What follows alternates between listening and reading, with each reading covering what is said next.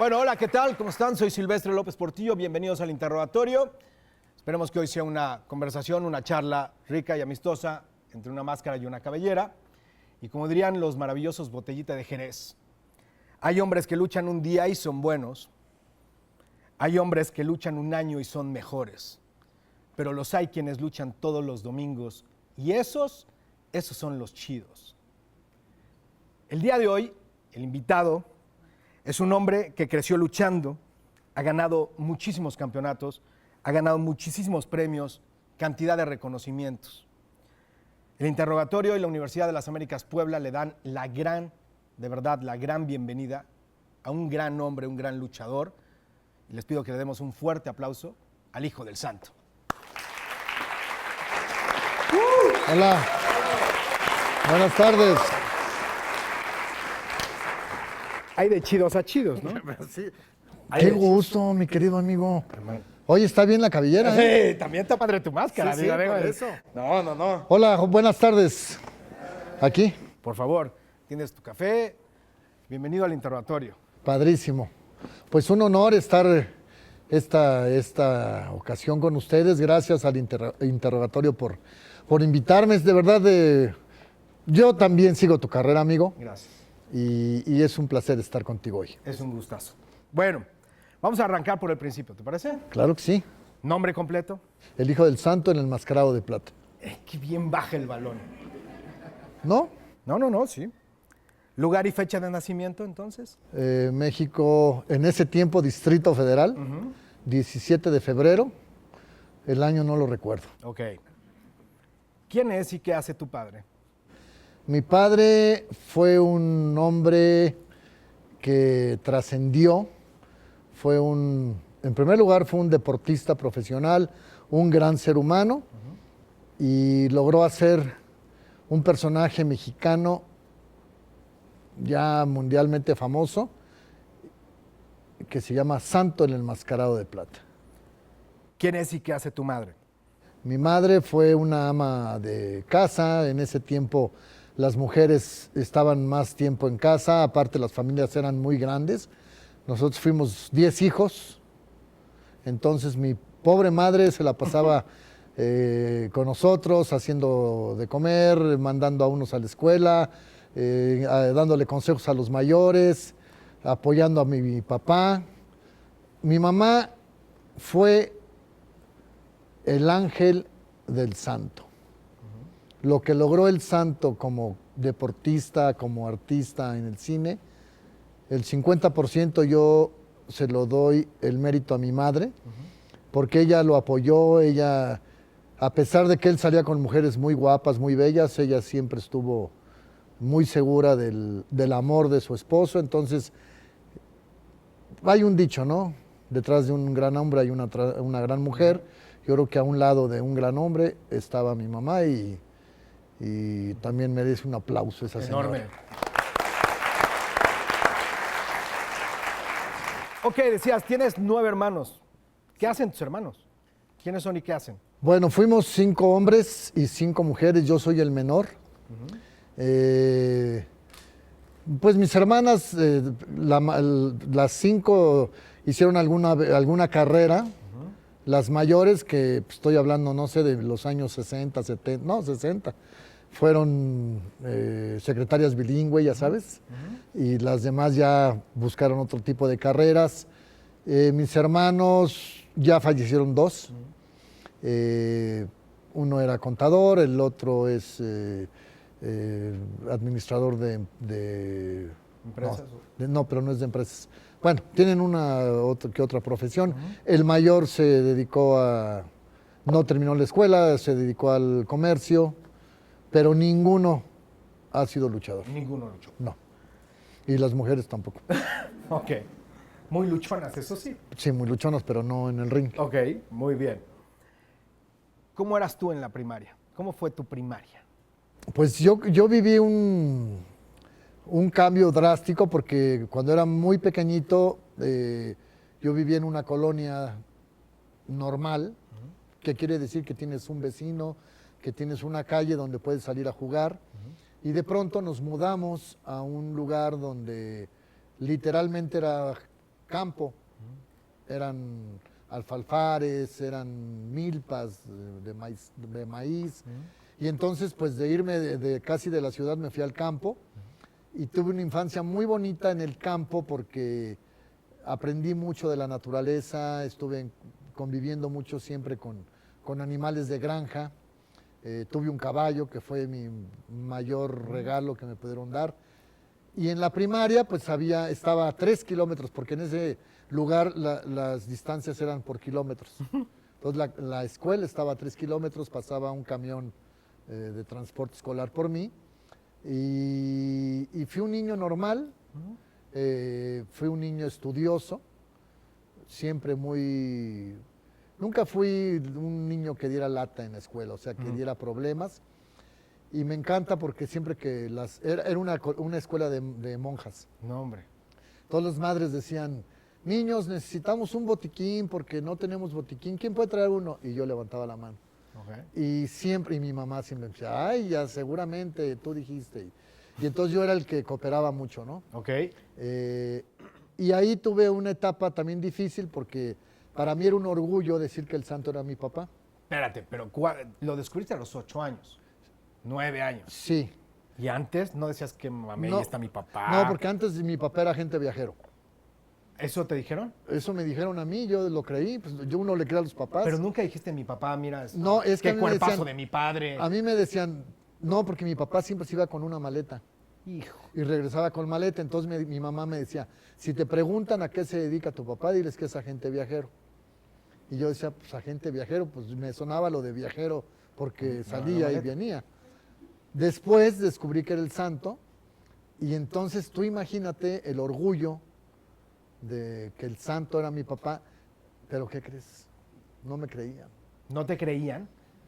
¿Tú ya sabías quién era el santo antes de que tu papá Sí, fuera? era mi ídolo, el santo. Mira, mis ídolos de niño fueron el Hombre Araña, Batman y Robin, Superman, Tarzán, el santo.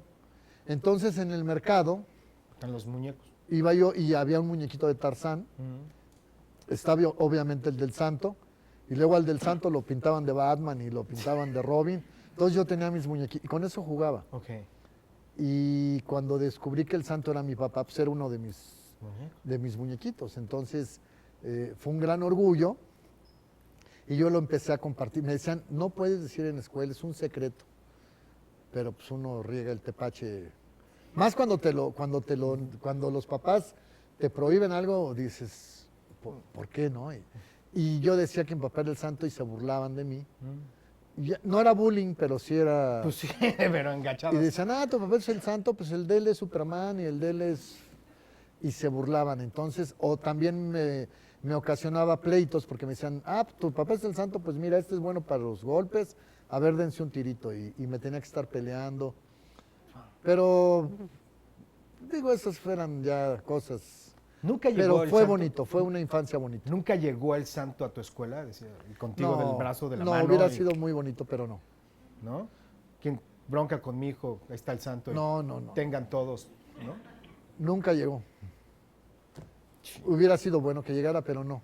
Entonces fue una niñez un poquito alejado de él, pero crecí en una familia bonita, en una familia pues llena de hermanos, de fiestas, de reuniones familiares. Todos los demás hermanos, ¿tú fuiste el último en enterarte que era el santo? Lo que pasa es que como conforme ibas creciendo te iban diciendo. ¿no? Entonces, antes de que yo naciera hay 3 mujeres que siguen. Son 3 mujeres que eran ya 5, eran 4 hombres y 5 mujeres. Entonces yo llegué como el pilón a nivelar la balanza de 5 y 5. Y a mis hermanas, pues como que a ellas no les importaba mucho si el papá era el santo o no. Pero a los novios de las hermanas sí, ¿no? Bueno, a lo mejor sí. Pero yo me enteré o sea, nos fuimos enterando como por casualidad. No era un tema de que fuera familiar, de tu papá es el santo y tienes que guardar el secreto. Simplemente cuando te dabas cuenta te decían, sí, pero no digas nada. Es un secreto y y pareciera que era algo malo, ¿no? Pero era por cuidar su incógnita. Nunca te pusiste a pensar a esa edad, oye, ¿dónde están los coches, las mujeres, las naves? No, porque ya cuando te enteras, ya mi mamá nos iba explicando más. Ok. Ya entendíamos que era, bueno, yo al menos, ¿no? Ujú. Que una cosa eran las películas. Lo que sí me gustaba era entrar a su despacho. Era otro mundo. Era un mundo de fotos, de máscaras, de trofeos. Estaban sus capas. Literalmente era otro mundo. Y, y era como un premio, ¿no? Entrar al despacho era como visitar Disneylandia, digo. No, bueno. Y en el resto de la casa no había nada que te pudiera indicar que vivía el santo. ¿Había alguna puerta trasera? ¿Se fue mi papá y salió el santo o algo? Sí había otra puerta trasera, pero no era con ese fin. Ok. Era para recoger las pelotas que en el frontón se volaban. Y para no dar toda la vuelta, mi papá hizo una puertita para Ok. que salieran por las pelotas. Pero Pero seguramente en alguna leyenda urbana ya dijeron que por ahí salía el santo, ¿no? No, pues me imagino. ¿Alguna vez te enojaste con tu papá y le dijiste, si no me das mi triciclo, voy a decirle a todo el mundo que eres el santo? No, cállate la boca, no me la acabo. No sé. No, era diferente, era... Sí, papá. Sí, lo que el papá decía era ley. Ok. Y tú sabes que en ese tiempo no era, que ni siquiera tenían que decirte. Nada más te veían a los ojitos y uff. No, bueno, No, ahí no había opción de que el hijo reclamara ni. Ok. Era no y no, era sí, sí. ¿Cómo es la primera vez que entraste a un set de cine con tu papá? Que yo recuerde, bueno, me acuerdo por unas fotos, los primeros estudios que visité fueron los estudios América. Tengo una foto con él, yo tengo ahí aproximadamente 5 o 6 años. Pero no, fíjate que a esa edad no sabía que era el santo. O sea, era el santo, pero no sabía que era mi papá. No me... Cuadraba. No. Y después, a los 7 años, 7, 8 años más o menos, mi papá me invitó a hacer una película. Él filmó una película que, la verdad es muy bonita película, Santo contra Capulina. Ya se pueden imaginar a Capulina, pues era muy divertido. Entonces, era un grupo de niños que Capulina entrenaba. Me invitaron a participar en la película y eso se filmó en una locación, no fue en un set de cine. Y posteriormente pero empecé a ir a los estudios Churubusco a ver a mi papá filmar y era maravilloso ir a los estudios Churubusco. Y empecé a filmar ahí otra película que se llamó Santo y Mantequilla Nápoles, el boxeador, que era campeón mundial welter en ese tiempo, José, y se filmó Santo contra la venganza de la Llorona. Y después hicimos La venganza de la momia, con Ergui del Castillo, con el maestro Carlos Ancira. Y fue padrísimo vivir como niño, pues hacer cine, ser actor y ya eran papeles Más largos. estelares. Ya era, sí, porque las historias giraban alrededor mío. ¿Te acuerdas la primera vez que acompañaste a tu papá a un ring? O sea, verlo pelear. Sí, fue... ¿No lloraste? De que le estaban pegando. Lloré y me emocioné también. Ok. Esto fue en una placita de toros que se llama El Cortijo, y en este lugar lo vi luchar por primera vez. Cuando salió él así bajo el grito de Santo, Santo, pues me emocioné mucho. Y lo empezó la lucha y cuando empezaron a golpearlo sí me espanté porque pues finalmente es tu papá al que le están pegando. Y sufrí cuando lo golpeaban, pero después cuando reaccionaba me emocionaba y fue así como una serie de sentimientos, ¿no? Y fue un día intenso para mí, Ok. pero fue una buena experiencia. ¿Tu papá en tu casa usaba la máscara? No, Nunca.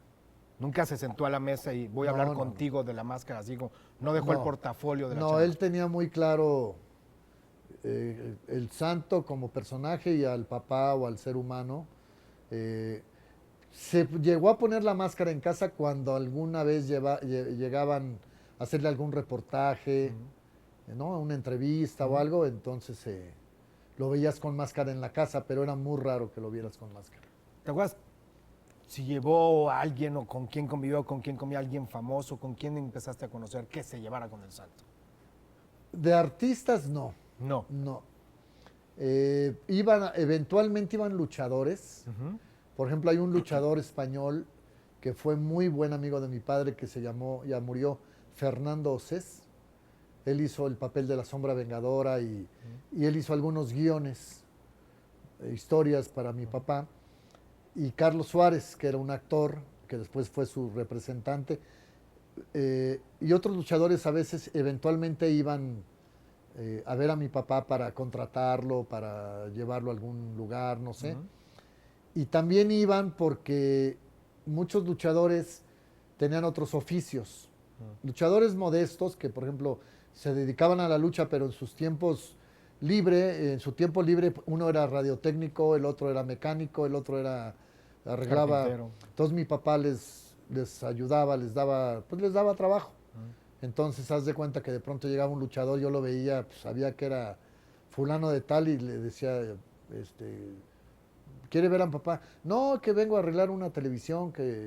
Y era curioso porque yo los veía en el ring, pero pues ya también los veía ¿Chambeando? chambeando. Entonces, era una relación de mucho respeto con mi papá, pero nunca vi, por decirte algo, a algún artista famoso en mi casa. No, él era muy reservado. Ok. Todo esto que estás viviendo, estás hablando de que estás primaria, secundaria, prepa. ¿Estabas estudiando tú? ¿Secundaria, prepa? Bueno, lo que te platico más o menos es mi etapa de la primaria Primaria, y de la secundaria. secundaria. ¿Qué pasa cuando entras a la preparatoria y tú ya empiezas a decidir que te quieres dedicar a la lucha? Pues ¿no? cuando ya entré a la preparatoria ya pues ya era más independiente porque ya empecé a manejar, entonces ya tenía novia, entonces pues me iba temprano me salía de mi casa y llegaba hasta en la noche porque iba a la escuela y ya vas alejándote un poquito de casa, ¿no? Pero era muy bonito, por ejemplo, las fechas más importantes eran, por ejemplo, el cumpleaños de mi mamá o los cumpleaños, siempre trataban de que estuviéramos todos.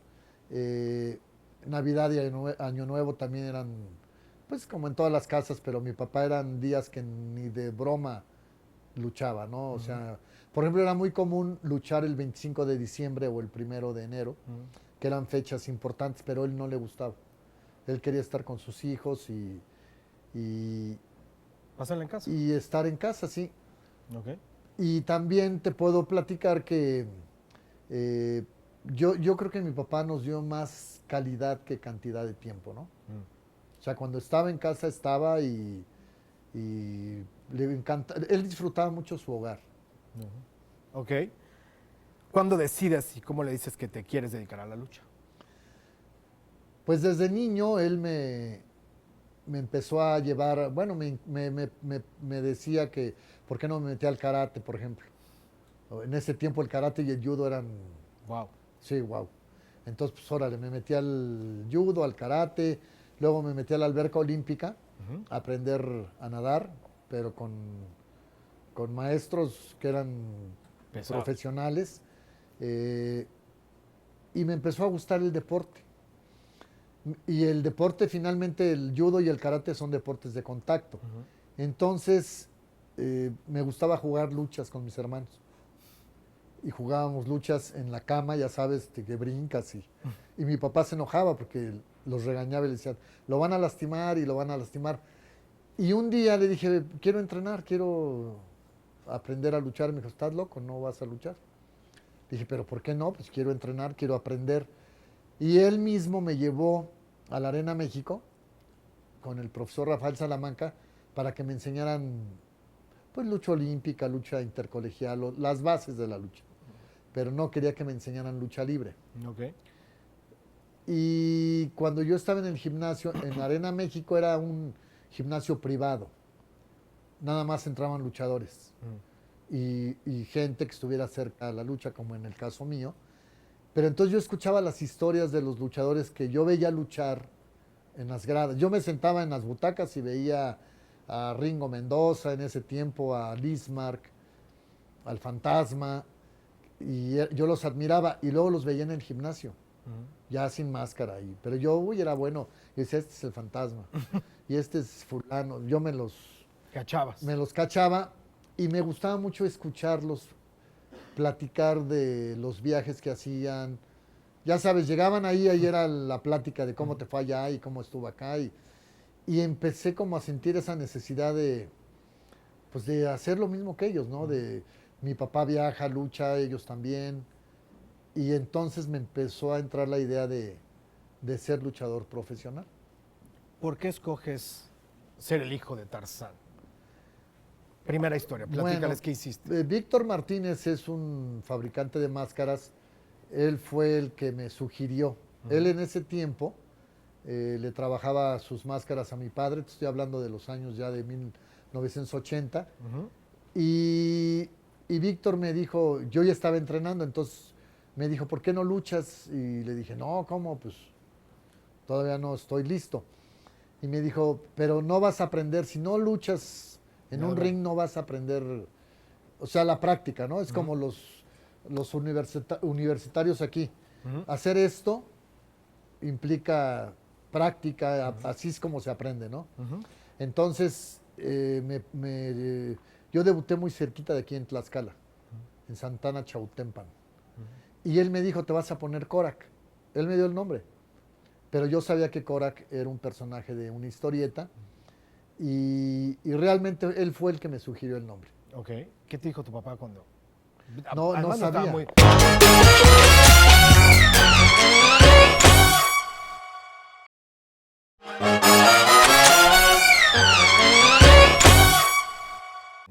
Nunca le hiciste una llave a tu papá.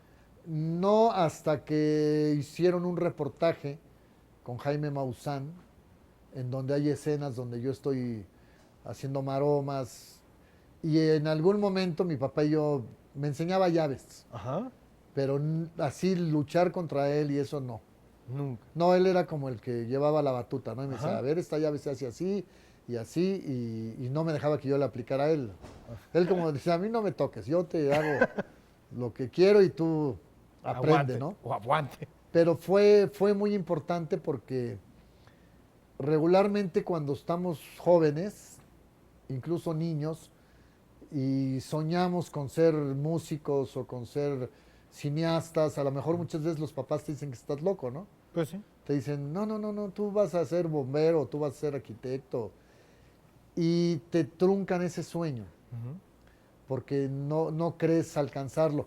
Sin embargo, mi papá me alimentó ese sueño sin abiertamente decirme, te dejo ser luchador, pero como que él me fue llevando. Y eso logró que yo tuviera confianza en mí para atreverme a subir a un ring. ¿Cómo es la charla en donde te dicen no seas el hijo de Tarzán, sé el hijo de Tarzán? Pues ese día nos enojamos, bueno, se enojó conmigo porque me descubrió que estaba luchando a escondidas de él y entonces me dijo que me iba a hacer un examen. Después del examen ya pasaron, no sé, algunos días y yo pienso que él ya más tranquilo dijo, bueno, pues si va a ser luchador no lo voy a evitar. Entonces me citó y me preguntó que con qué nombre luchaba. Ya fue cuando le comenté que como Korak. Y le dio risa, ¿no? Porque dijo, ¿y ese qué es? Entonces yo le dije que era el hijo de Tarzán. Y le dio risa y me dijo, ¿el hijo de Tarzán? Me dijo, no, pues mejor el hijo del santo. Y no le dije que no, ni lo pensé.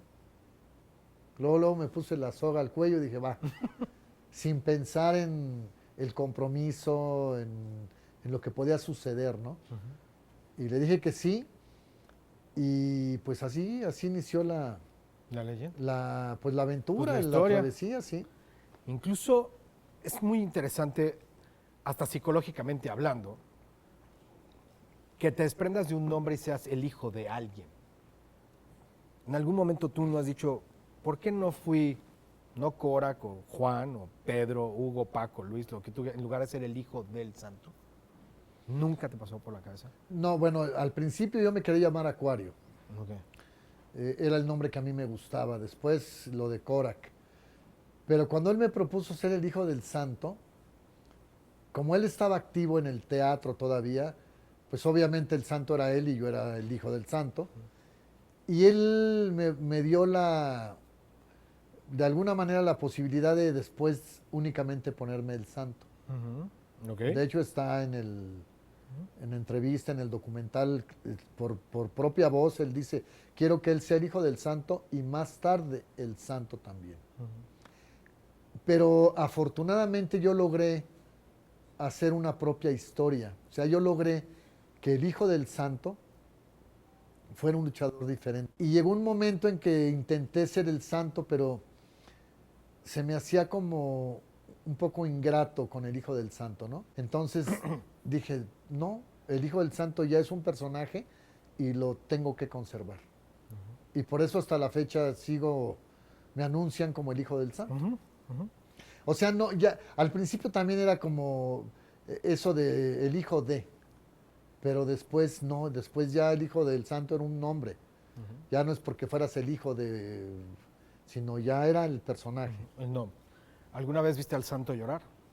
Sí, y me impresionó mucho. ¿Cuándo? Nunca, cuando se murió mi mamá. Nunca lo había visto llorar. Y ese día lloró, pero lloró de esas veces que no te aguantas y te sale el llanto, y me impactó mucho. Y también vi ese lado humano de un hombre muy fuerte, de un hombre pues, que era pues, un superhéroe finalmente de carne y hueso, y lo vi llorando, entonces me impresionó mucho. En el programa de 24 horas de Jacobo Saludowski, el santo se quita la máscara. ¿En algún momento les dijo o te dijo que lo iba a hacer?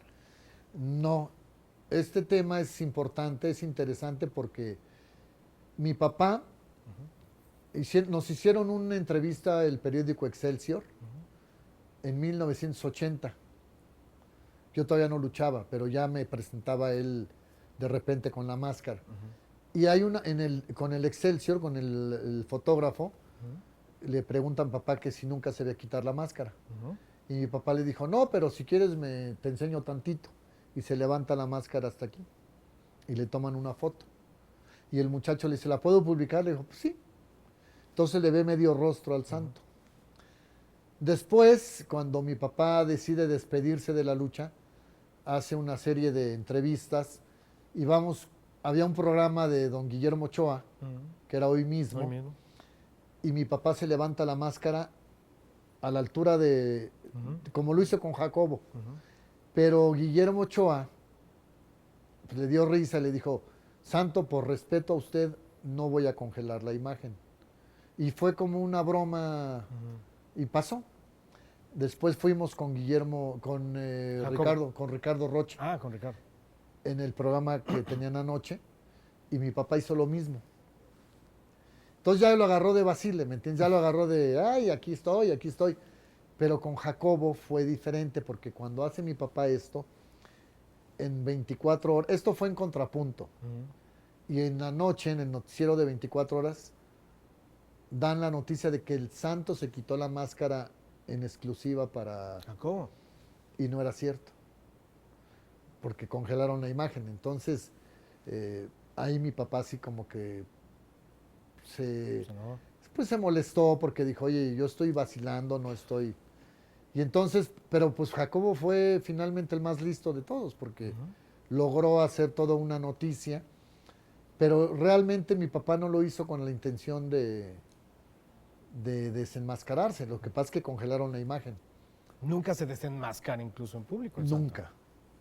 Pero ahí como nunca se imaginó que de esa broma hicieran toda una noticia, y casualmente, no sé si es casualidad o no, pero yo digo, es muy curioso que a la siguiente semana se murió. Exactamente. ¿Cuándo fue la última vez que platicaste con tu papá? La última vez que platiqué con mi papá fue el 3 de febrero de 1984. ¿Qué te dijo? Era un viernes. ¿Qué platicaste con él? Muchas cosas. Porque yo ese viernes me iba a ir a Acapulco. Yo luchaba en Acapulco el domingo 5 de febrero. El día que él se murió, yo estaba en Acapulco, luchando. Y el viernes me fui, pues estaba soltero, estaba jovencito, entonces pues ir a Acapulco era pues playa, Sí, ya sí, sí. sabes, ¿no? Sí, sí, sí. Entonces, Luchar. a entrenar, Es claro. entrenar. Y Sí, sí, sí. entonces me dijo mi papá, ¿por qué te vas hoy si luchas el domingo? Le dije, pues quiero ir a la playa. Y entonces me empezó a decir, empezó a dar una serie de recomendaciones. Me dijo, pues no tomes, por favor, no quiero que andes, no te desveles, no, ta, ta, ta, ta. Y luego me empezó a decir muchas cosas que de pronto yo le decía, papá, pues nada más voy a ir a Acapulco, no me voy a ir a otro lado, o sea, no, nos vemos el lunes, ¿no? Pero fíjense qué cosa, o sea, cuando una persona presiente algo, ¿no? Yo pienso que él se estaba despidiendo de mí para siempre. Y yo me estaba despidiendo porque me iba a Acapulco. Pero tal vez él presentía que ya no me iba a ver. Entonces, cuando yo regresé de Acapulco y me enteré que se había muerto, me regresé a ese día que estuvimos hablando, porque yo decía, ay, qué exagerado, y o sea, todo lo que me dijo. Pero ella era como diciéndome, yo ya me voy, papá, o sea, papá hacia mí, ¿no? Mijito, yo me voy y ya no me vas a ver. Y yo lo tomé diferente, ¿no? Yo, como los jóvenes, que a veces no escuchamos a los padres. Y fue la última vez que platiqué con él, pero lo bonito fue que me pude despedir de él. Finalmente me despedí, teníamos la costumbre de darnos la bendición, entonces le di su bendición, me dio mi bendición y me fui a Acapulco.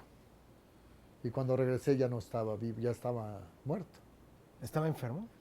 No, le habían puesto un marcapasos porque había tenido un problema con su corazón y le habían dado un golpe en el hígado en una lucha, entonces se le complicó y le dio un infarto. O sea, él se sentía mal, ese fin de semana él se sentía mal, pero era muy profesional y él seguía yendo al teatro a sus funciones y en el vestidor le dio en el camerino, le dio un infarto, se lo llevaron al hospital Mosel y ahí falleció. Ahorita que decías es que a lo mejor no lo creen, pero en aquella época, literalmente, no es de que te enteras ni te mandaron un mensaje, no hay WhatsApp, no hay nada. Ajá. Peleaste mientras tu papá fallecía y te enteras al regreso o alguien te dijo estando en Acapulco. No, fue muy curioso porque yo luché, me acuerdo muy bien, era domingo y yo luché en la Arena Zapata. Había dos arenas en Acapulco. La Arena Coliseo, que es mucha tradición, y la Arena Zapata, que estaba en una zona que estaba creciendo mucho en Acapulco, una zona muy popular. Y recuerdo muy bien que bajé de luchar y los promotores eran muy buenos amigos míos. De hecho, ellos aún viven, el papá y los hijos, el señor Valdés y sus hijos. Entonces, regularmente cuando yo salía de luchar, siempre salía con mucha hambre, porque no comía antes de luchar por precaución. Entonces desayunaba bien, pero cuando salía de luchar ya traía hambre porque pues te desgastas mucho. Y ellos siempre sabían que cuando yo terminaba de luchar me iba a bañar al hotel y me llevaban a cenar. Y ese día yo les dije que no quería ir a cenar. Me dijeron, ¿cómo? Y les dije, no, no me voy a bañar y me voy a dormir. Y cuando me dejan en el hotel y entro al hotel, el cuate de la recepción me dice, oiga, tiene varias llamadas de México. Y dije, me fui a bañar, bajé a la recepción y hablé con la esposa de Carlos Suárez, del representante de mi papá. Y ella nada más me dijo, mijito, tienes que venirte ahorita mismo a México. Digo, ¿qué pasó? Me dijo, tu papá se puso grave. Ya estaba muerto. Me dijo, tu papá se puso grave y tienes que regresarte ahorita. Y entonces le hablé al señor Valdés y el señor Valdés ya sabía. Entonces no había vuelos a esa hora y venirme en autobús implicaba pues ir a la central y él me llevó a un chofer me llevó un auto con un chofer y me dijo, él te va a llevar a México. Pero yo no existía la autopista del Sol, o sea, te echabas fácil 5 o 6 horas y toda la carretera no pude dormir, me acuerdo que venía acostado en el asiento de atrás y venía viendo el cielo, venía viendo la luna y pensando cosas. algo, no sabía qué, pero algo me inquietaba. Y cuando llegué a México en la madrugada, bueno, llegué como a las 7 de la mañana, un amigo de mi hermano, cuando llegué a su departamento de mi hermano, para ver qué estaba pasando, el amigo me abraza y me dice, me da el pésame. Lo siento mucho. Le digo, ¿qué te pasa? Hasta lo aventé. Le digo, ¿qué te pasa? Pues no sabes de tu papá. Le digo, ¿qué? Está enfermo. No, ya falleció. Así de sopetón. Y me puse como loco. Le digo, ¿cómo que falleció? Sí, está engalloso. Y el chofer que me trajo ya sabía, pero le dijeron no le digas. Pues ya, total, llegué a la funeraria y ya, de pronto se me borró todo de la mente. Ya me acuerdo que me fui a un privado porque había mucha gente y como ya estaba luchando, no podía estar sin máscara porque me iban a tomar fotos. Entonces, me acuerdo que por el privado pasaron Blue Demon, El Señor, Huracán Ramírez, El Perro Aguayo, rivales y compañeros a darme el pésame y son como flashazos. Luego cuando los sepultan y todo. Entonces, pues fue muy rápido. Pero fue un mundero de gente. Sí, fue mucha gente. Impresionante. Sí. O sea, es de los funerales más recordados. Digo, hay mucha gente que lo vio en televisión, todavía está en YouTube. O sea, es. Sí. Pues, digo. Y el trayecto de Galloso de Sullivan a Mausoleos del Ángel, me acuerdo mucho que en todos los puentes peatonales venía la carroza y la gente le gritaba, santo, santo. Fue muy bonito. O sea, dentro de la tristeza de perder un ser querido, es muy bonito, es muy emotivo ver cómo lo despiden con aplausos, con porras.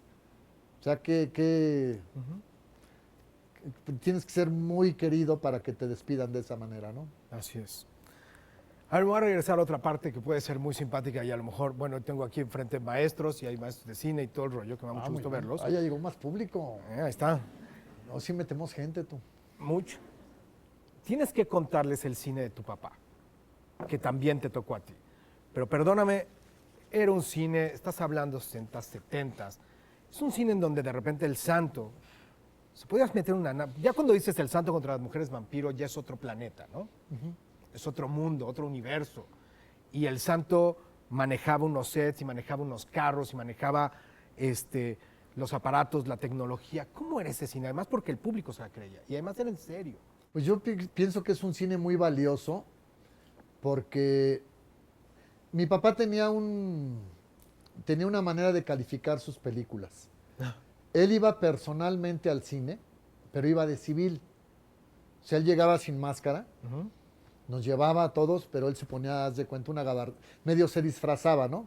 Ah, sí. Y se ponía una boinita y se hacía como el jorobadito, entonces nadie se imaginaba que él fuera el santo.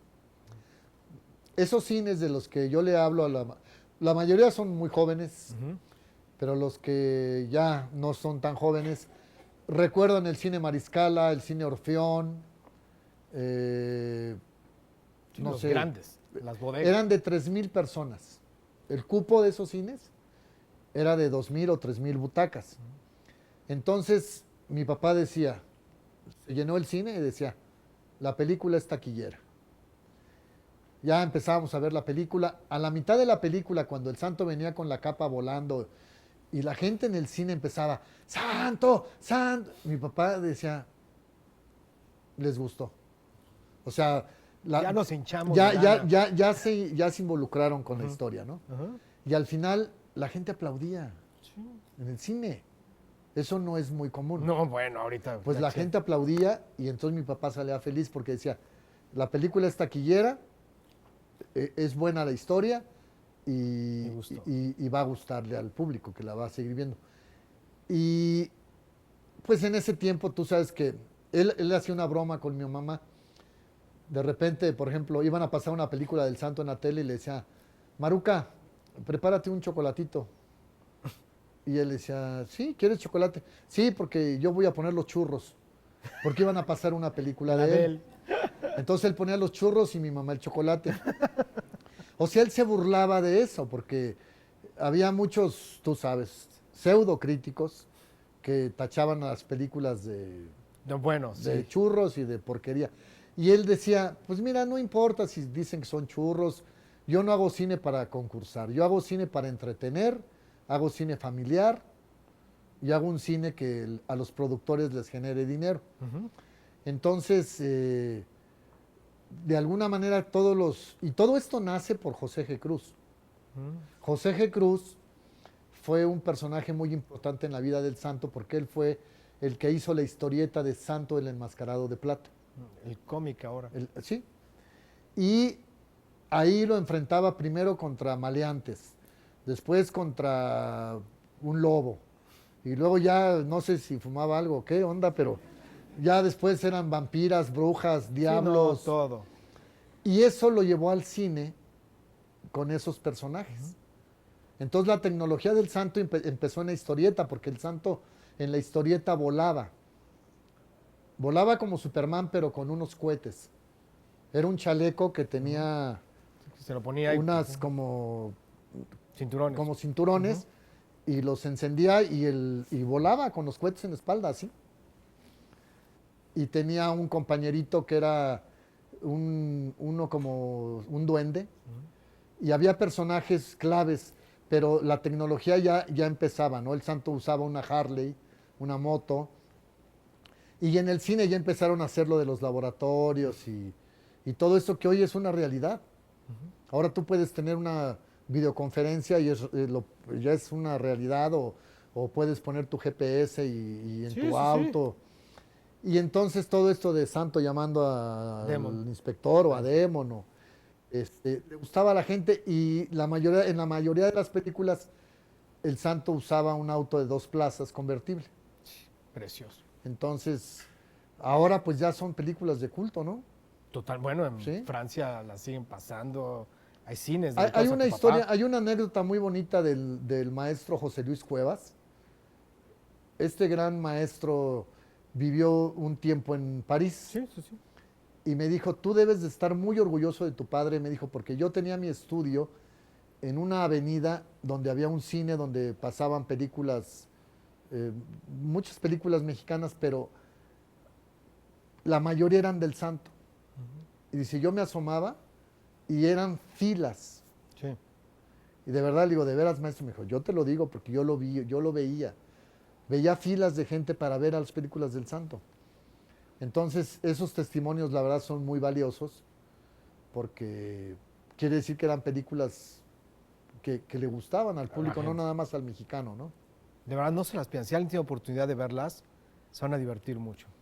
Sí, son muy divertidas. Muy divertidas. Sí. Sí, sí, sí. Eso sí, que ni qué.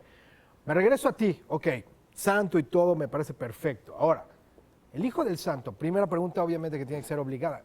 ¿Qué te hizo diferente en el ring? Mi padre fue un hombre muy sabio. Cuando yo empecé a luchar, gracias a Dios él todavía vivía, y entonces él me dio un buen consejo. Me dijo, no quiero que seas una copia del santo. Tienes que buscar un propio estilo para que no haya comparaciones, ¿no? Para que no digan, le está copiando al papá. Entonces yo muy angustiado le dije, pero no puedo hacerla de a caballo. La llave que lo hizo famoso. Y dijo, bueno, la llave sí, pero lo que quiero decirte es que no trates de ser un remedo del santo. Entendí muy bien esto y empecé a entrenar otro tipo de movimientos. Yo era más ágil que el santo. Fui más ágil. ¿Por qué? Porque primero por mi peso. Fui peso welter, mi papá siempre fue peso medio.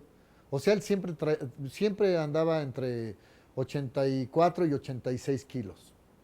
Yo no paso de 75 kilos.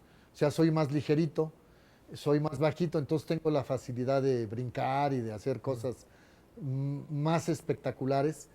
Y eso marcó la diferencia. Ok. Porque decían, pues el hijo del santo es más ágil, es más espectacular que su papá. Entonces eso ya logró que la gente le gustara mi estilo, ¿me entiendes? ¿Alguien la agarró contigo por ser el hijo del santo? Como no le dio en su Mauser a Sí, tu papá, mejor a ti. muchos. ¿Sí? Sí, muchos luchadores contemporáneos a mi papá o que fueron rivales de él. Uno de ellos el perro aguayo. Don Pedro perdió la cabellera con el Santo. Cuando don Pedro Aguayo era un novato, era un joven, el Santo ya era un veterano. Mi papá lo rapó en la Arena México. El perro Aguayo se sintió humillado porque quedó pelón y entonces juró venganza, ¿no? Y luego mi papá se retira y me lo deja ahí de herencia. ¿Te dejó el paquete? Sí, me dejó el paquetito. No nomás me dejó la máscara, me dejó al perro Aguayo, a los misioneros de la muerte, a muchos rivales, Sí, sí, sí. con los que literalmente me tuve que romper la cara, porque ellos ya eran señores, pues eran viejos lobos de mar. O sea, ellos me daban y yo les contestaba. Entonces como que de pronto decían, ay, este sí, Pega. sí, no se deja, ¿no? Ok. O sea, tiene pantalones y se defiende. Y entonces me empecé a ganar el respeto de ellos, y aprendí mucho de ellos, pero sí me costó literalmente sangre, sudor y lágrimas. Mucha gente cree, o creemos, o hemos pensado que las luchas son un circo, un espectáculo, y además que están totalmente coreografiadas. Y de repente cuando tú hablas de me pega, no me pega, bueno, ¿qué nos ponen de acuerdo? Tú me pegas, luego yo te pego. ¿Cómo es esa relación? Y hemos platicado varias ocasiones, y sí, se meten, se cortan, se hacen. Entonces parece que no está planeado, que sí son rivalidades. ¿Cómo es la lucha entonces? Pues la lucha libre que yo practico y que he practicado con verdaderos luchadores es real. De veras. Sí, claro. Hay una ética de respeto, una ética en donde tú como luchador profesional sabes que no puedes romperle el brazo a alguien o pegarle en la nariz en mala onda o romperle un pie, pues porque es un trabajo. Eso O sea, sí es es, ético. es un código de ética, o sea, Ok. hay un respeto. Cuando se calienta la cosa, ahí sí aguas, porque ahí sí, si te rompo el brazo a mí no me importa, pero tratamos de dar un espectáculo. Finalmente la lucha libre es un deporte espectáculo y no se trata de matar al otro, ni de dejarlo loco, ni mucho menos. Entonces, hay un respeto, hay cierto respeto, ¿me entiendes? Aunque la sangre sea real, pero tú te das cuenta cuando se quiere pasar a alguien de la raya, ¿no? Entonces, mientras esa raya se respeta, te puedes calentar y darte con todo, pero todo va derechito. O sea, no hay una señal que te diga este te quiere romper un brazo o te quiere lastimar. Y, y la lucha pues es real porque las caídas son reales, los golpes nos los damos bien y la sangre es verdadera. O sea, tú vele la frente al perro Aguayo, vele la frente a los villanos, a los brazos, a los misioneros, que son de los luchadores que más lastimados están. Otros ya no viven, como Ray Mendoza o muchos otros. Pero la lucha, hasta la lucha que a mí me tocó practicar y que practico es real. De repente la lucha libre se empezó a desvirtuar porque empezaron a surgir luchadores hechos a vapor, porque tenían bonito físico, porque estaban bonitos. Entonces nunca los entrenaron, nomás empezaron a imitar una serie de movimientos y hacer un show. Okay. Y eso denigró mucho a la lucha libre mexicana. Han habido... Y bueno, eso yo estoy en contra de todo eso. es lo que te iba yo a comentar. Atrás se ha transformado la lucha libre. Hay varias ligas, incluso en México, dentro de la lucha libre. ¿Qué se diferencian las ligas? ¿Es la nacional, la americana? ¿Qué tienen diferente o qué se...? Los elencos, por ejemplo, mira, la empresa más veterana y que se supone que es la más seria es la Arena México, que ahora es el Consejo Mundial de Lucha Libre. Okay. Ese tipo de... si tú vas a la Arena México, ellos todavía conservan más la lucha tradicional. O sea, ahí se les exige más a los luchadores luchar con seriedad, más a ras de lona. O sea, a ras de lona es luchar entre llaves y contra llaves.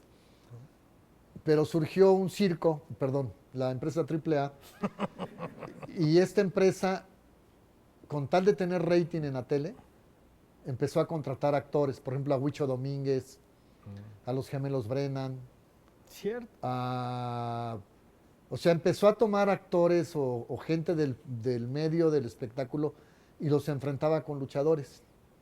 Eso sí era una parodia. Ok. Porque yo como luchador, si tú te quieres luchar conmigo y yo lo tomo en serio, pues yo no te voy a dejar que me humilles ni que me hagas Ver mal. ver mal. O ganar. Yo O te voy perder. a dar, Sí, me rompes mi. pero yo no lo aceptaría. Yo te diría, ¿sabes qué? No, no, porque eso es ridículo. Entonces muchos luchadores que lo permitieron, obviamente se dejaban ganar o se dejaban, y eso le resta credibilidad. Ujú.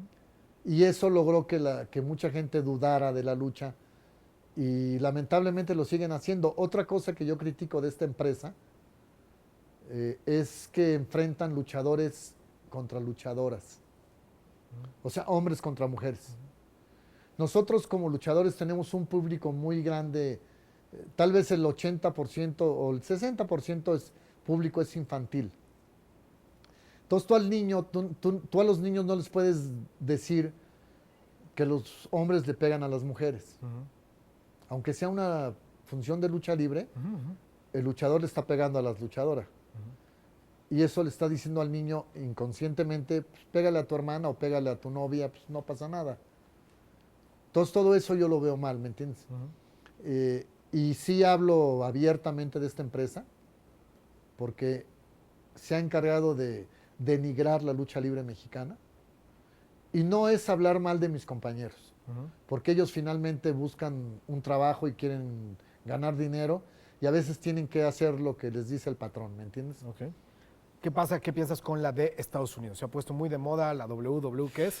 WWE. Eh, Ellos, mira, lo que a mí me asombra y me admira de ellos es lo que han logrado hacer de la lucha. como espectáculo. Pues es un espectáculo. Sí. Todos los lugares donde ellos van son lugares de 40,000 o 50,000 personas y llenan. Ujú. Pero es más entretenimiento, se van con historias, ¿me entiendes? Ujú. Van como si fuera una telenovela. Sí. Y los luchadores usan mucho el micrófono. Ujú. Y ahora luchan más que antes. Antes Yo hablaba de ti, tú nada de más mí. y se daban dos coscorrones y ya.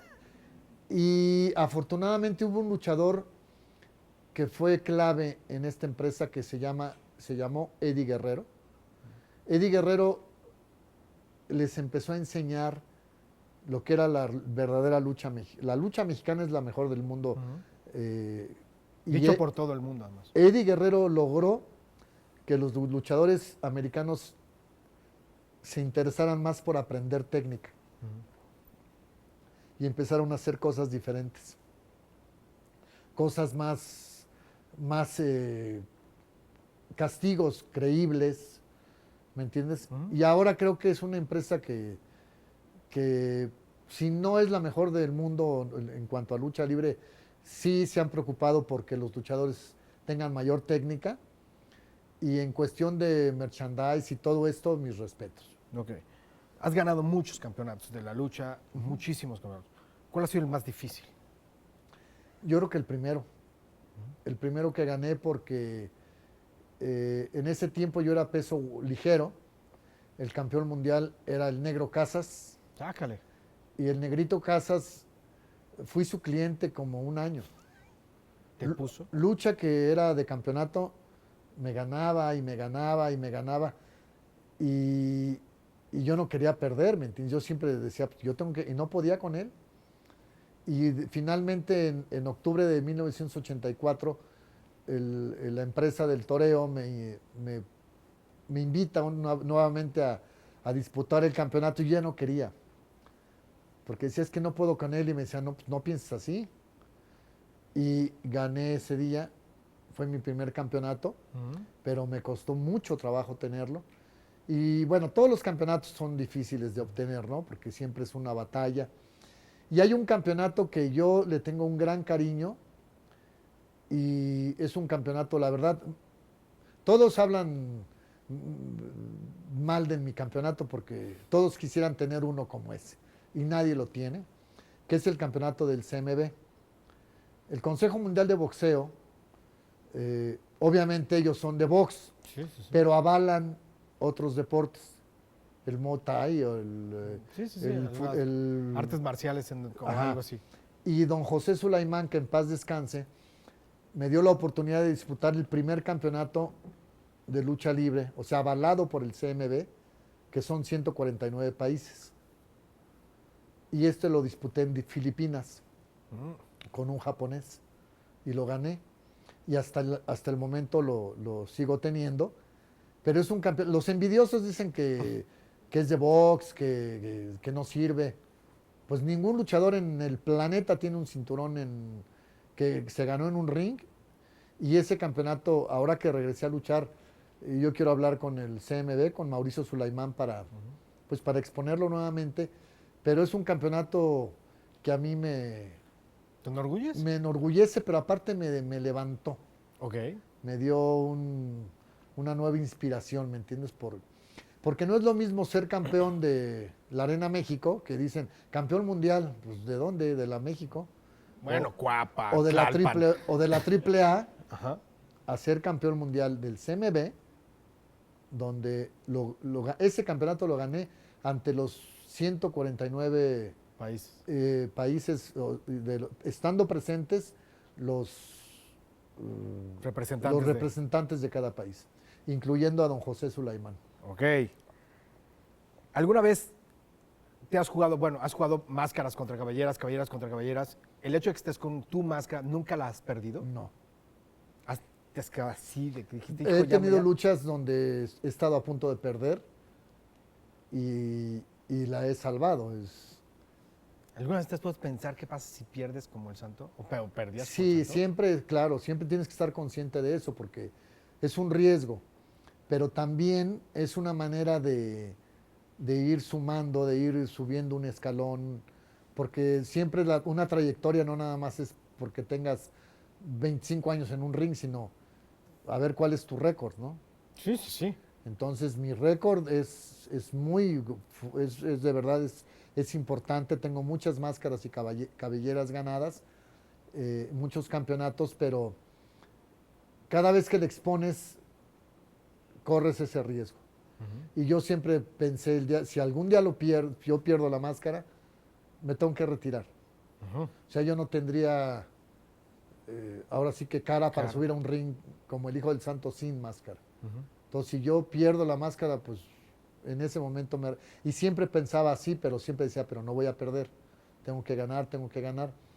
Y, y también siento que tiene mucho que ver la mentalidad. El luchador que se enfrentaba a mí ya iba mentalmente derrotado, porque era enfrentarse no, nada más, no al Hijo del Santo, sino como a la máscara, ¿no? Como el santo es invencible y pues a ver si lo logro y a ver si lo logro. Y tu papá una noche anterior se les ha de haber aparecido a 2 que 3. Seguramente.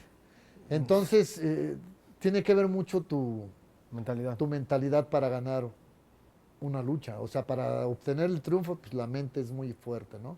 Ok. ¿Por qué? Cuéntales, ¿cuál es la diferencia entre un rudo y un técnico?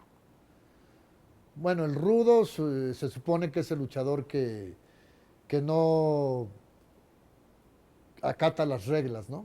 ¿Se supone? Se supone. Sí, pues porque el O sea, rudo... no te va a romper el brazo. No, pero no en ese sentido, sino que si estás luchando en relevos 2 contra 2, se supone que tienes que dar el relevo para que entre tu compañero, pero los rudos se meten los dos juntos y le dan calor a uno solo. Okay. Y entonces el referee los quita son los que muerden, los que sacan una corcholata, como el perro aguayo, que era un malvado. Lo que encuentran en el piso, con eso te cortan o hacen marrullerías, ¿no? Okay. Y el luchador técnico es el que es el bueno, es el que tiene que acatar las órdenes del referee, el que tiene que dar el ejemplo, ¿no? De ser un luchador disciplinado. ¿Nunca dijiste, ay papá, ¿por qué no fuiste rudo? Él fue rudo. Bueno, pero no te heredó lo rudo. Pues yo fui rudo un año y me encantó. Pero llevas más de 20, ¿cómo no? ¿Y sabes por qué dejé de ser rudo? Porque los niños lloraban. Eres un amor. Se me acercaban y me decían, nos estás decepcionando, santo. tú eres bueno y ahorita eres malo. Y lloraban. Entonces me conmovía verlos llorar y bueno, ya pues, cuando saqué mi lado negro, mi oscuridad, ya dije, bueno, ya. Regresé al bando técnico, pero es interesante ser rudo. No manches, debe ser padrísimo. Ah, sí, pues es que sacas todo lo que traes adentro. Hablando de sacar cuenta del público, es vital en la lucha. Sí, claro. Dime lo peor que te han dicho. Bueno, en mis inicios me decían, desde que nunca segundas partes fueron buenas, Ah, ese está muy bonito. eres un fraude, También está bonito. lagartija plateada. Ya se está poniendo bueno. Así me decían, lagartija plateada. Hasta... se- no. Pues de todo te gritan. ¿Nunca te has vuelto a decir tú, tu madre y todo Al tus principio descendientes? sí, me enganchaba mucho con el público. Ajá. Pero mis compañeros me decían, no les hagas caso porque... Porque los niños lloran. No, si tú estás haciendo un trabajo es para que la gente o se enoje o se emocione. Entonces, si el rudo logra que el público se enardezca, pues, está haciendo bien su trabajo. Y si el público se emociona es porque estás haciendo bien tu trabajo como luchador técnico. Entonces ya engancharte con el público implica como ponerte a nivel de esa persona que te está ofendiendo o que te aventó pipí. ¿Te han aventado? Sí, claro. Pero es que no es normal. Bueno, sí es normal. Y se ¿Han ido siente- alguien de aquí a las luchas? ¿Sabes por qué sé que es pipí? No, pero... Porque siente caliente. Ah, Y no es café. O sea, te avientan cosas, líquidos, y de pronto sí dices, hijos de eso. Pues ya, ¿qué haces? no, pues te limpias, ¿no? No, pues te bañas, pero... No, pues pero- abrazas al contrario, pero sí, ¿qué? Pues sí te da coraje porque... cuando también te dan zapes. Por ejemplo, vas pasando y te meten un... No, ¿y nunca le has regresado nada al público? Sí, pero las 2 veces me detuvieron. ¿Te detuvo la policía? Sí, no puedes golpear a la gente. O sea, ¿te han detenido la policía? Sí, una vez le rompí los lentes a un tipo en Pachuca Ajá. y saliendo de la arena me llevaron 2 judiciales me detuvieron a la cárcel. Güey, ¿y te tomaron una foto? ¿Así No. el hijo del santo así? No, no me metieron a la cárcel, sino me llevaron a una oficina Ah, ok. y tenía que pagar una multa y entonces yo me defendí, le dije, es que el señor me agredió a mí. Sí, pero usted no puede pegarle. Dije, bueno, pues fue una reacción, yo bajo, imagínate cómo Caliente, bajas de la lucha adrenalina. calientito y me dan un zape, pues volteo y le pegué en el ojo y nunca vi que traía lentes. Entonces le tuve que pagar los lentes y ya, me dejaron en paz. Es que eres un arma blanca, hijo. Pues sí. Dije, sí, eres un arma blanca. Claro. Y eso, bueno, pues entonces tienes que aprender a controlar tu carácter, a no engancharte. Simplemente pues que griten y digan, sí, hombre, ya. Te entra por acá. Igual con las redes sociales. Ah, ok. Igual. Aquí, sí, ándale pues. Ahora, pero platica, porque hemos platicado en alguna otra ocasión y como se oye la lucha, sabes si es buena o es mala. Eso es buenísimo. Sí, yo les platico que arriba del ring escuchas todo lo que el público grita y a veces te da risa, ¿no? Porque hay señoras que, ay, no, tienen unas frases padrísimas. Y entonces, cuando tú subes a luchar y hay una arena llena y empiezas a luchar, lo de ras de lona a lo mejor a muchos no les suena, pero es luchar Aquí. en la lona, o sea, llaves contra llaves. Cuando la gente está callada, están en silencio, como ustedes, así de lindos, es porque están atentos. Están escuchándote o te están viendo luchar y están atentos. Pero si empiezan a gritarte, quiero ver sangre, ¿a qué hora se empieza la lucha? Y te empiezan a fregar, es porque ya no les gustó. Ok. Entonces tienes que meterle calor a la cosa, entonces ya tienes que cambiar gir. sí, lo que va de la lucha ya le metes otra cosa, o los rudos también que están oyendo, pues empiezan a portarse mal y empiezas con el oído a saber cómo la lucha, cómo está la gente, cómo está el público. Y el público te va guiando. Yo me imagino que es como la gente de teatro o los comediantes, ¿no? Estás a lo mejor con unos chistes que la gente no se ríe, pues le metes otra cosa. O sea, es muy importante estar escuchando. Vas midiendo. Ajá, Ok. ¿Has pensado en el retiro? sí, claro. cada vez más seguido? Sí. Sí, porque tengo una lesión. Bueno, ya salí de esta lesión en la médula espinal. Me lastimé y entonces los doctores me dijeron que no podía luchar, me querían operar. Estuve viendo todos los doctores que te puedas imaginar. Incluso tuve que irme a Houston, pero en Houston definitivamente 5 doctores me dijeron, no te operes. No necesitas operación porque si te operas es una bolita de nieve que al rato es la otra vértebra y al otro... no te operes. Y me dijeron, pero trata ya de no luchar. Entonces entró una crisis para mí, imagínense, de pronto que te dicen, Pues se acabó. ya. Y pues tuve que superar todo esto. Y ahora pues me dieron de alta y volví al ring hace un año. Sí, Luché en Londres, luché aquí en Puebla, en julio del año pasado luché en Puebla, en el Auditorio Miguel Hidalgo, y también hice una función en León, y también, o sea, ya luché y ya me sentí bien y paré. Y ahorita regresé apenas, el sábado luché en Tijuana, el domingo en Mexicali, en Rosarito también, y me sentí muy bien. Y ahorita mi hijo debutó el sábado, que eso fue una gran sorpresa. Y entonces ahorita creo que el momento es un poquito similar como lo hice con mi papá, ¿no? Él ya dio el paso de debutar, entonces quiero luchar con él eventualmente y ya empezarle a dejar el camino, ¿no? ¿Cómo se va a llamar tu hijo? ¿Cómo se llama? Santo Junior. Santo Junior. Sí, No es- porque No es el nieto del santo. el personaje que yo tengo registrado es el nieto del santo.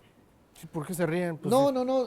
Pero también dije, Pues sí, el ¿no? nieto del santo y luego el bisnieto del santo. santo, tataranieto del santo. Y a mi hijo no le gustó. Me dijo, papá, ¿no te gusta más el Santo Junior porque es más corto? Y le dije, pues no suena mal. O Santo tercera generación, o Santo, Santo 3. tercero, sí. Pero nos gustó Santo Junior. Pero Además, tú no- obviamente tú no lo usaste. es el nieto del santo. No, yo no lo usé. Porque yo empecé como el hijo del santo. Yo el Junior ya no lo utilicé. Y es un personaje. ¿Hay un nieto del santo que es familiar o no es familiar o está siendo familiar? Pues ese tema me da flojera. Es Ok. el sobrino incómodo, que es bastante malito. Ok. Pero no quiero que me vean así como, ay, no dejas luchar a tu sobrino. Hay una historia atrás. Ok. Yo apoyé a este señor, lo apoyé en todo lo que pude, pero no dio el ancho. Entonces, si no das el ancho, pues mejor ponte el cacahuate verde, pero no me manches al santo, ¿no? No, eso es Y a una- mi hijo ya se lo dije. Le dije, ya empezaste como Santo Junior y de aquí va a empezar realmente vamos a ver si tienes Los tamaños. los tamaños. Si no, le dije, te olvidas, o sea, le quito, de verdad, no que le quite el nombre, sino, si no da el ancho, no tiene caso que haya un santo más. Pero yo sé que lo va a lograr porque está bien entrenado, tiene disciplina, está estudiando, entonces es una historia ahí Interesante. oscura. Ok. Cuéntame cómo le dijiste a tu hijo que eras el hijo del santo y que su papá era el santo. O sea, el que decía. Es otra generación. Yo lo hice diferente a mis papás porque como con nosotros era así como algo prohibido. No, a mí no, cuando crecí ya dije, ¿por qué no me dijeron la verdad? Abiertamente. Yo lo que hice con mis hijos fue decirles, ya que tenían un poquito a los 6 años, no sé, ¿no? Les platiqué de su abuelo, les dije que yo era luchador profesional, que era el hijo del santo, los llevaba a las luchas y les dije, ustedes lo pueden compartir con quien ustedes quieran, con sus amigos, con sus maestros, pero tienen que ser gente en la que de verdad confíen. O sea, no pueden decirlo a los cuatro vientos. No. Pero no fue prohibido, ¿me entiendes? Entonces ellos lo que hicieron, en lugar de estar diciendo, ellos se volvieron como mis cómplices y ya cuidaban, ¿no? Entonces, por ejemplo, si había un festival del Día del Padre, mi hijo me decía, papá, voy a tocar la batería, pero no quiero que vayas. No, pero yo quiero ir. Bueno, pero no te acerques, porque mis amigos ya saben quién eres. Entonces, de pronto yo pasaba caminando y me veía y me hacía así, ¿no? Como diciendo, aquí estás presente, pero no te voy a exhibir. Ok. Y así lo hacíamos. ¿Nunca fuiste enmascarado a ver a tu hijo en el festival? No. No, porque se me hacía también así como fantochón, ¿no? Como... No, sí. Bueno, es juntar Si me mal lo hubiera gente. pedido algún día, pues igual voy, pero no era necesario. Cuando decían, ¿qué hace tu papá? ¿Qué decían tus hijos? Que era promotor de espectáculos. Esa gente de viajes como mi abuelo. Pues promotor de espectáculos y ya, si los descubrían, pues ya decían quién era, ¿no? Pero Ok. Para cerrar, tengo que entrar en el cierre del tema. Cine.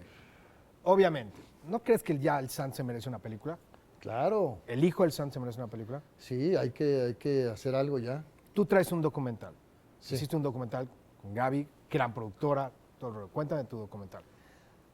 Bueno, yo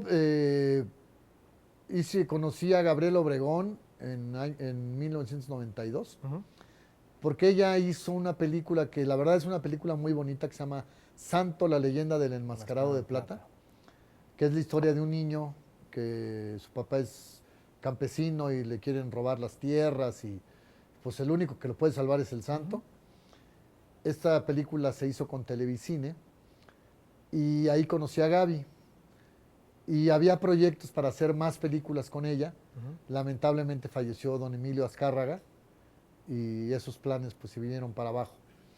Entonces, yo tengo mucho material inédito de mis papás, de mi papá, o sea, de mis papás hablo de películas familiares. Que si las bodas de plata, que si la boda de mi hermana, que en Super 8 y en 8 milímetros. Wow. Tengo todas las luchas de mis inicios de Korak en Super 8. en Super 8. Okay. Y entonces Gabriel Obregón se puso un reto, dice, voy a armar un rompecabezas. Y antes de escribir una historia, ella empieza a armar el documental y después sale la historia, ¿me entiendes? Y queríamos que la dirigiera, posiblemente, bueno, uno de los posibles directores era Carlos Carrera, pero Carlos andaba en un proyecto de una animación, me parece. Que todavía sigue, sí. Fíjate, todavía sigue. Sí. Y yo le dije a Gabriel Obregón, ¿sabes qué, Gaby? No necesitas, tú la puedes dirigir. Me dice, yo no soy directora, yo soy productora. Le dije, pero tienes muy claro lo que quieres hacer. Y pues fue su ópera prima y la verdad lo hizo muy bien. Tanto como en la música, como en la historia, todo me parece que es una joya. Un gran archivo. De verdad que sí. Esperemos que ya la veamos pronto. Y ahora, este documental ha viajado en festivales de cine y de pronto llegó a un lugar donde estaba Alex de la Iglesia. Alex de la Iglesia, ¿qué será como un Almodóvar en otro género? En el género Es de los importantes, claro. de fantasía, de cine fantástico. Es una locura. Bueno, Alex de la Iglesia, otro. Sí, Alex vio el documental y le fascinó. Alex es español. Y tiene un humor impresionante. pues ya nos conocimos, ya nos reunimos, ya me invitó a Madrid y con Alex vamos a hacer algo fuerte. Yo espero que ya está trabajándose todo. Okay. Ahora ya empezar a trabajar ya en forma, yo pienso que será en el 2017, yo creo que por julio. Dentro de un año seguramente ya vamos a estar empezando a filmar. El Día de la Bestia a mí me encanta. Sí, no. Bueno, muchas de Alex. Y está fascinado con el santo. Y aparte no me conoce. O sea, no me conoce sin máscara. Oh. Y eso a él le impacta mucho. Porque ha de decir, no le conozco la cara. Y ya tenemos un año o más de conocernos, pero las veces que fui a Madrid, siempre iba con máscara. Y cuando íbamos a comer, me ponía a mí otra máscara. Entonces, no me conoce. Entonces eso causa un poquito de magia, ¿me entiendes? Claro. Y él empieza Sí, le gira durísimo. a girar, sí. Y estamos muy contentos porque creo que va a ser un proyecto muy grande. Ok, a ver. Últimas preguntas ya para soltárselos. ¿Cuál es tu mayor vicio? La lucha libre. ¿Qué es México para ti? Es un país hermoso, ¿Cuál es tu luchador favorito? el santo, Si pudieras vivir en cualquier época, ¿cuál sería? con Jesucristo. ¿Qué te da más gusto hacer, pero te da más pena aceptar? Tu placer culposo. Así tu Ay, pues placer. el amor, papá. Pues sí, Muy bien. sí, soy garañón acá. Nada. ¿Qué te hace llorar? La injusticia, ¿Cuál es tu grosería favorita? pues yo creo que güey, pues para todo es güey, oye güey, Ok, está bien. Si pudieras hablar con alguien que ya falleció, ¿con quién sería? con mi papá. Última. Si tuvieras que escribir tu epitafio en este momento, ¿qué diría? Alguien que ha heredado algo y que lo ha hecho con dignidad, ¿no? Jóvenes, el Hijo del Santo. Gracias. Gracias, amigo. Soy Cassandra y estudio artes plásticas y mi pregunta es, hablando de la diferencia entre el Consejo Mundial de Lucha Libre y la AAA, ¿cuál es tu opinión acerca del reciente Victoria World Cup Mundial de Lucha Libre que se llevó, que es apenas como su segundo año, acaba de pasar en junio, no sé, y sobre los luchadores y los países que participan en este evento? Pues creo que es un buen intento por hacer un evento mundial, pero si en verdad quieres hacer algo que atraiga al público, tienes que traer luchadores de la Arena México, tienes que tener luchadores de otras empresas, incluyendo a la WWE, para que realmente sea algo creíble, que sea mundial. Es un evento de la AAA y hasta ahí. O sea, para hacer un evento mundial tienen que estar todas las empresas, literalmente del mundo, para que tenga ese valor. Hola, soy Zaira Leal. Hola, y estudio comunicación e imagen. Y mi pregunta es, tú siendo un ícono y embajador de la lucha libre mexicana, ¿qué significa ser un luchador enmascarado en el mundo? ¿Qué significa? Pues un gran orgullo, mi amor. Yo creo que es algo de mucho orgullo poder ser reconocido y aparte saber que tu personaje es 100% mexicano. Hola, yo soy Monse, estoy estudiando ingeniería mecánica. Tengo dos preguntas. La primera es, ¿cuál es tu mayor miedo afuera del ring, o sea, como persona? Y la segunda es, si nunca te has hartado la máscara, nunca has querido gritarle al mundo, así como, yo soy el santo, o el hijo del santo, perdón. El único miedo que podría hacer es a la muerte, ¿no? A morirme joven. Tu segunda pregunta fue lo de la máscara. Fíjate que no sé si saben que acabo de hacer teatro en corto. ¿No saben? Estuve en la temporada 16 con Lolita Cortés en la Ciudad de México. El teatro en corto es un concepto que viene de Europa y yo escribí mi obra. Yo hice una catarsis en terapia de este tema. No es un secreto que mi apellido es Guzmán. Eso ya todos lo sabemos porque Rodolfo Guzmán, pues, el señor Guzmán. Entonces yo hice un ejercicio entre el señor Guzmán y el Hijo del Santo. Los enfrenté, ¿sí? El señor Guzmán de pronto le dice a la máscara, ya me tienes harto, te voy a guardar porque todo es un sacrificio estar contigo, ¿no? Entonces la máscara se enoja y aparece el Hijo del Santo y le reprocha que sin la máscara el señor Guzmán no es nadie. Y es un ejercicio muy padre que pude llevar a teatro en corto. Tuve que aprender a tener doble vida. Entonces, cuando me pongo la máscara, sé que implica sacrificio. Desde el momento en que tengo calor, ya es un sacrificio que no me la puedo quitar. De tenerla a veces muchas horas, de tener una imagen impecable para los niños. O sea, el Hijo del Santo no puede hacer cosas que a un niño le puedan dar un mal ejemplo. Y aprendí también a manejar esa forma o ese momento de querer decir quién soy, no decir, soy fulano de tal. He aprendido a disfrutar mi vida como el señor Guzmán, o sea, mi vida privada, y a disfrutar mi vida como profesional. No sé si me entiendes. O sea, hasta ahorita no ha llegado el momento en que yo tenga esa necesidad de quitarme la máscara y gritar, yo soy el Hijo del Santo. Porque yo estoy orgulloso del señor Guzmán. O sea, he logrado que el Santo y el Hijo del Santo y el señor Guzmán se respeten y se admiren mutuamente. Si el Hijo del Santo admira al Señor que está aquí adentro, pues porque se friega, porque el calor, porque si vas a luchar, pues no puedes comer hasta que sales de luchar, porque vas al gimnasio, es toda una disciplina, ¿no?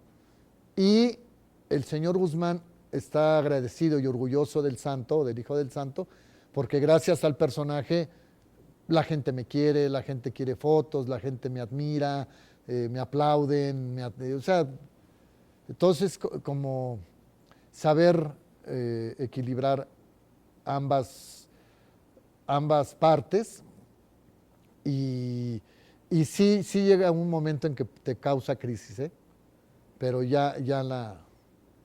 creo que fue un momento, sobre todo cuando me lastimé, ahí es cuando dije, ¿qué tanto valió la pena ser el Hijo del Santo, pudiendo ser comunicólogo, pudiendo haber hecho una carrera cinematográfica, qué sé yo? Entonces ya esa crisis la superé, pero sí, no es fácil, pero sí se puede llevar doble vida, ¿no? No sé si te contesté o te eché mucho rollo, pero es un tema así, es muy interesante. Hola, yo soy Pam, parte del crew del interrogatorio. Hola, Pam. Y tengo dos preguntas. Una, ¿tú qué consideras que representa más a México? ¿La charrería o la lucha libre mexicana?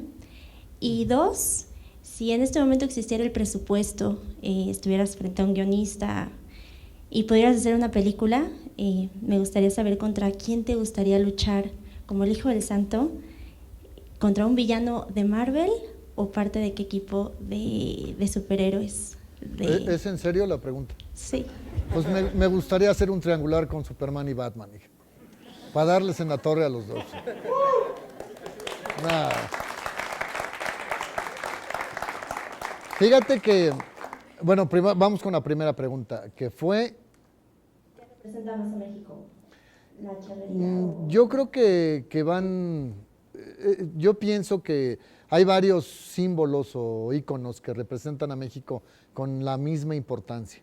La Virgen de Guadalupe, la charrería o simplemente el sombrero de charro, una botella de tequila y una máscara de luchador, ¿no? En este caso, la lucha libre. Yo creo que en cualquier lugar, si tú vas a Japón o tú vas a Nueva Zelanda o qué sé yo, y ves un sombrero de charro, pues obviamente es México.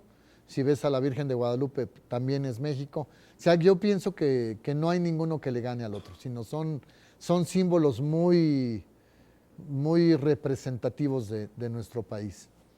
Y en cuestión a la película, sí, claro, imagínate, a mí sí me gustaría mucho.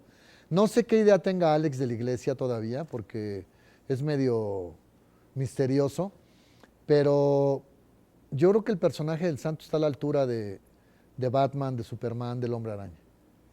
Lo padre del Santo es que es de verdad, el Santo es real. Y tú imagínate, yo ya andaba así el otro día, fui al Comic Con de San Diego, no sé si saben del Comic Con, y ahí me preguntaban un poquito esto, que qué me gustaría hacer de cine, y les decía yo, pues tú imagínate que hubiera un problema mundial, ¿no? En donde los superhéroes tienen que salvar al mundo y que se aparecieran representando a México o a Latinoamérica el Santo. Por otro lado se apareciera el Hombre Araña, luego Superman, Batman, y pues, unirme yo a ellos, ¿no? Porque ellos sí se han unido. Creo que sería interesante para el público y imagínate, a los niños se volverían locos. Hola, soy Fátima de Arqueología. Hola, mi vida. Tengo 2 preguntas también. Sí. La primera es, ¿qué hubiera pasado con el señor Guzmán si no hubiera llegado el Hijo del Santo? Y la segunda, ¿qué le depara la lucha libre en México? Bueno, no hubiera pasado nada si hubiera quedado el santo como mi padre, si hubiera quedado como una imagen igual de bonita y en el corazón de los mexicanos como lo es ahora Pedro Infante o lo es ahora Cantinflas, que no tuvieron un heredero que continuara, ¿no? con su legado, pues el santo hubiera sido un luchador que existió, ya no lucha, ya no existe, pero está el cine. Entonces yo creo que lo que él ha logrado, el Hijo del Santo, es mantener vivo al santo en las arenas, pero no hubiera pasado nada. Pero al señor Guzmán, ¿qué le hubiera pasado? Yo estaría con ustedes. Yo creo que me hubiera dedicado me encanta la televisión, me encanta el cine, entonces yo creo que me hubiera enfocado en eso, en meterme a hacer televisión o hacer algo de cine. Me gusta la radio, soy comunicólogo, entonces tenía en ese tiempo, cuando yo estaba en la universidad, tenía compañeros que los papás tenían empresas en los medios y seguramente me hubieran dicho, pues vente para acá y sería yo pues una persona normal porque sería alguien a lo mejor anónimo o a lo mejor sería famoso, no sé, pero yo creo que yo sé que lo hubiera hecho en otra cosa. ¿Por qué? Porque soy un joven, o fui un joven, ¿no? Ahorita ya no soy joven, pero me refiero, era un joven optimista que sabía que podía lograr ser exitoso. Y la otra, ¿qué le depara a la lucha libre? Pues está muy lastimada, mi amor, lamentablemente, pero yo creo que los luchadores jóvenes, los que están iniciando, pueden rescatarla, pueden salvar a la lucha libre haciendo. Hace rato platicábamos de quién hace buena televisión y quién hace mala televisión. ¿Quién hace mala televisión? No digan. ¿Quién hace buena televisión? ¿Quién hace buen cine? ¿Quién hace mal cine? ¿Quién hace buena lucha libre y quién hace mala lucha libre? ¿Me entiendes? Yo me considero un luchador que hace buena lucha libre. Yo tengo mi empresa, que es Todo por el Todo. Es una empresa chiquita, modesta, pero yo le pido a mis compañeros respeto al público, respeto a la misma lucha libre y que suban a hacer lo que hace un luchador profesional, dar un buen espectáculo. Y yo creo que si le inculcamos a los jóvenes esta mentalidad, podemos salvar a la lucha libre. Y creo que alguien que ha sido negativo o algo que ha sido negativo es la televisión. Listo. Mucho gusto, soy Abel, colaborador de UDLAP, y mi pregunta va enfocada, recientemente soy papá, seguramente mi hijo va a ver la lucha libre y va a querer ser luchador. ¿Qué le dirías a esa juventud que anhela o que quiere llegar a ser luchador? ¿Por dónde empezar? ¿Qué hacer? Y porque seguramente si yo le hubiera dicho a mi mamá quiero ser luchador, me hubiera dicho estás loco, ¿no? Sin embargo, yo no quiero decirle eso a mi hijo. Yo quiero que el sueño que él tenga o el ideal que él tenga lo logre y no frustrarle ese sueño. ¿Tú qué le dirías a la juventud? Pues mira, yo le diría a la juventud algo que mi papá me dijo. Mi papá fue un hombre muy sabio, de verdad, digo, un hombre que vivió tantas cosas que pues los hombres van adquiriendo experiencia con los años. Mi papá, y se lo agradezco, me insistió mucho en que terminara una carrera universitaria. ¿Por qué? Porque me distinguió del gremio luchístico, ¿me entiendes? La mayoría de los luchadores vienen de extractos muy humildes y no tienen oportunidad de estudiar. Entonces mi papá me dijo, termina tu carrera, me dijo, eso te va a servir mucho y la lucha libre no es eterna, no sabes si vas a durar activo 20 años, 10 o 30 años o más. Y a mí me ha funcionado. Entonces yo, tomando ese ejemplo y esas palabras, yo le diría a tu hijo que me encanta la idea de que sea luchador, ¿Por qué? Porque el deporte te aleja de hábitos negativos como las drogas o los vicios, ¿no? Pero le diría primero que estudiara. Yo le diría, ok, estudia, haz una carrera universitaria o haz algo que sea, que a ti te haga ser una persona valiosa en cuanto a tu nivel cultural, etcétera. Y que si quieres ser luchador, que lo haga bien. O sea, tienes que ser el mejor. Yo le diría, tú tienes que ser el mejor luchador. Entonces, eso implica disciplina. Ahorita cuando están niños, no los puedes meter a luchar luego porque se pueden lastimar, pero hay otras disciplinas, ¿no? Hay taekwondo, hay todos los deportes de contacto, le sirven a un niño es como una base. Y si va a ser luchador, yo lo llevaría con un buen maestro. Hay muchos buenos maestros para que se prepare bien y también darle consejos como lo que es el respeto a un deporte. O sea, si va a ser luchador, pues que sea el mejor, que sea respetuoso con el público, con la lucha libre. Y yo ya si el joven o el niño entiende bien esto, creo que tienen buen futuro. Para que no sean del montón. O sea, luchadores puede haber muchos, pero de 100, 10 son los únicos que realmente valen la pena y los demás son el relleno, ¿me entiendes? Entonces, creo que es necesario y es muy importante que cualquier deportista también tenga una carrera universitaria. Bueno, yo soy Raúl de Comunicaciones. Hola, Raúl. Increíble tu humildad, la verdad. O sea, me esperaba una gracias. persona como más payasona. Sí, así piensan, ¿verdad? Estabas hablando mucho, y es lógico, esta doble vida que llevas, que tuviste que aprender a manejar. ¿Nunca le ganó la máscara a tu persona? O sea, nunca, más en estos tiempos de que mencionaste que eras rudo, ¿nunca perdiste el suelo o perdiste tu humildad? Fíjate que tal vez al principio, mira, yo aprendí a tener los pies en la tierra porque mi papá me enseñó a tenerlos en la tierra. Él se caracterizó por eso, por ser un luchador muy accesible con el público, con los medios, con sus compañeros. Si en algún momento yo me la creí, él se encargó de ponerme, pero fue muy al principio de mi carrera. Entonces, me dio buenos consejos como decirme que, por ejemplo, algo muy bonito que me dijo fue, yo no sería lo que soy si no fuera por mis compañeros, porque yo no lucho solo. O sea, yo lucho contra los rudos, que son estos y los técnicos, pero abajo de su lucha había luchadores muy modestos que eran el complemento de un cartel. Entonces él me decía, tienes que ser con todos tus compañeros muy cercano, muy humilde.